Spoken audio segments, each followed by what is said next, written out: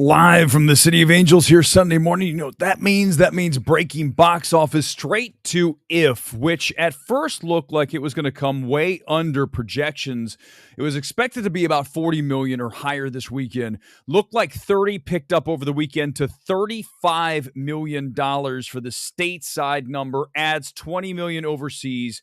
$55 million for this film in its initial weekend. It was in two markets last weekend, but let's call it 55 for the debut. This is under forecast. Listen, it's not as high as it really should be, given the dearth of family films that we've seen in the marketplace of late. You really want to see this push 40, 45, maybe even 50, but there's good news here. It's an A cinema score, and the business picked up over the weekend. Audiences seem to like the film. As you guys know, I'm not a huge fan of the film, but look, an A cinema score, 4.5 out of 5 on Post Track, which is very similar to Cinema Score, where they poll people coming out.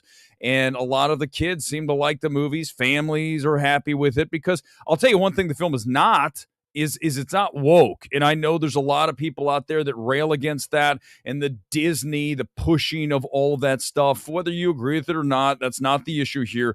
There's a lot of people who don't want to see it, and this film does not have that.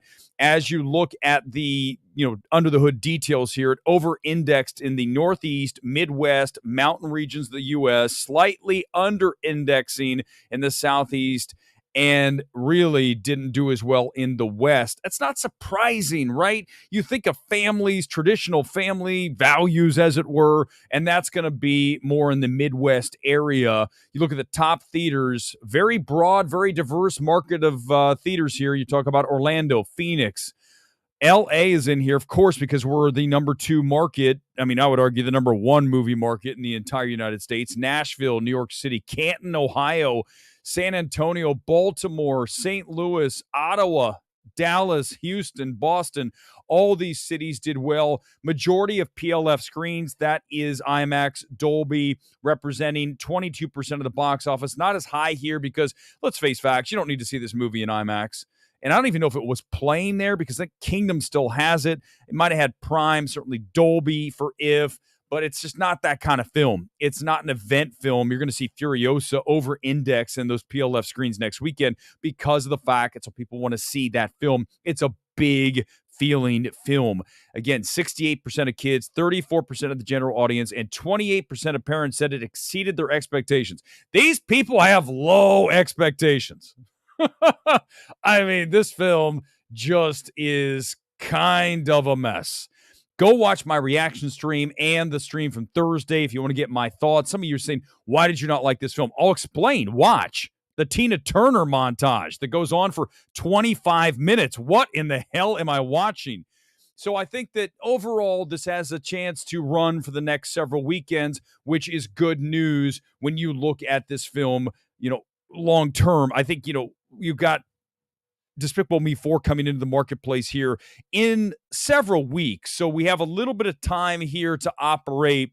And then you have Garfield, though, next weekend. I think you can still have 2 films in the marketplace at one time serving the families because the kids are out of school, starting a lot of them next weekend. So you'll see Garfield, and hopefully, I'm sure Paramount hopes that we see If do the business over the long haul. Let's go to Kingdom of the Planet of the Apes. I hate saying that. It's long. I'm going to just call it Apes. You guys know what I'm talking about. Minus 55 on the weekend for a $237.5 million global take. That's $101 million domestic, $136 international, 4th highest grossing global release of 2024 already. The 5th movie to surpass 100 million stateside to date after just 10 days of release. Number 2 this weekend behind If, and internationally, the number 1 film remaining that way in all major international markets, including Germany, Italy, Spain, UK, France, Australia, etc., etc. Following on opening weekend, Kingdom held strongly, only minus 40%, excluding China, and 42% overall, including China. I like how they put that in there.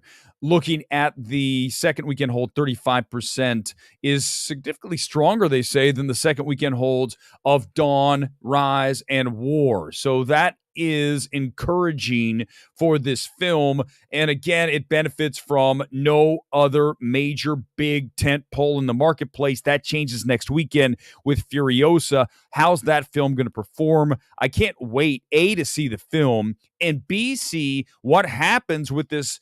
As we know, Fury Road did not do the numbers that I think a lot of people thought that it did. You go back, you think that film made 500, 600. It made less than 400 million worldwide. So is Furiosa, how can we expect that film, which by all indications is not as great? I'm not even a huge Fury Road fan, but the reviews or the reactions out of Furiosa seem to be more, it's fine. It's good, but not, as one of our shills said, an instant masterpiece.